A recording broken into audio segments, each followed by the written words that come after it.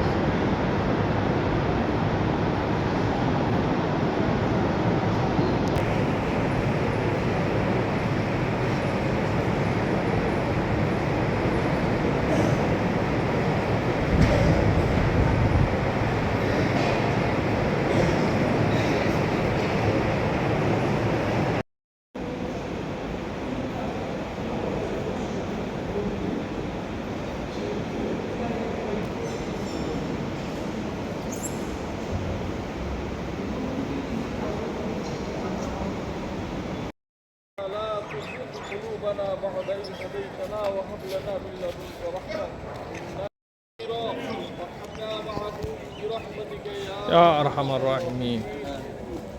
آمين.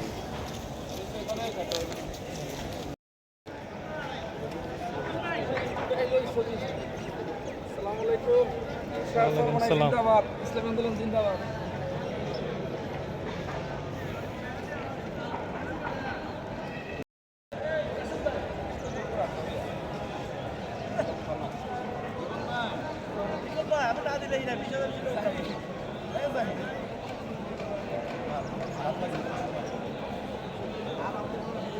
প্রিয় দর্শক, আমি আপনাদের অভিনন্দন জানাচ্ছি স্বদেশ টেলিভিশনের পক্ষ থেকে। আমরা এই মুহূর্তে রয়েছি চরমোনাই সেই ঐতিহ্যবাহী পবিত্র স্থান, যেখানে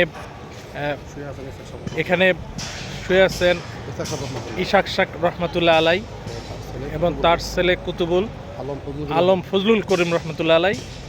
তো এই যে এখানে তার কবর রয়েছে, মানে বিশাল মসজিদ, আর মসজিদ ঘিরেই রয়েছে চারপাশে বিশাল আকারের একটা বৃহত্তম মাদ্রাসা, যে মাদ্রাসায় হাজার হাজার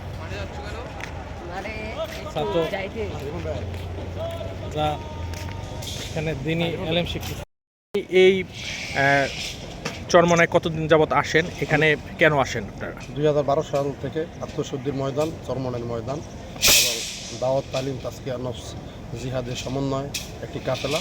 এই জায়গায় দুটি মাদ্রাসা হয়, একটা ব্রাহ্মণ মাদ্রাসা, আরেকটা হচ্ছে ছাত্ররা থেকে যেটা মাদ্রাসা যে ডিগ্রি লাভ করে। দোনোর পাশাপাশি এরকম খুব ভালো লাগে এবং শায়েকদেরকে ভালো লাগে। আর বিশেষ করে কুতুবুল আলম ফজলুল করিম রহিমাহুল্লাহ তার জীবনী পড়ার কারণে এবং বিশেষ করে 2012 সালে আসে এহসান সোসাইটির সম্মানিত এনামুল হক ভাইয়ের কারণে আমার এদিকে আসা। আল্লাহ রাব্বুল আলামিন কাছে দোয়া চাই, ইমান আমল নিয়ে যতদিন বেঁচে থাকে ইমান আমল নিয়ে কাজ করে যেন কবরে দিতে চাই। আর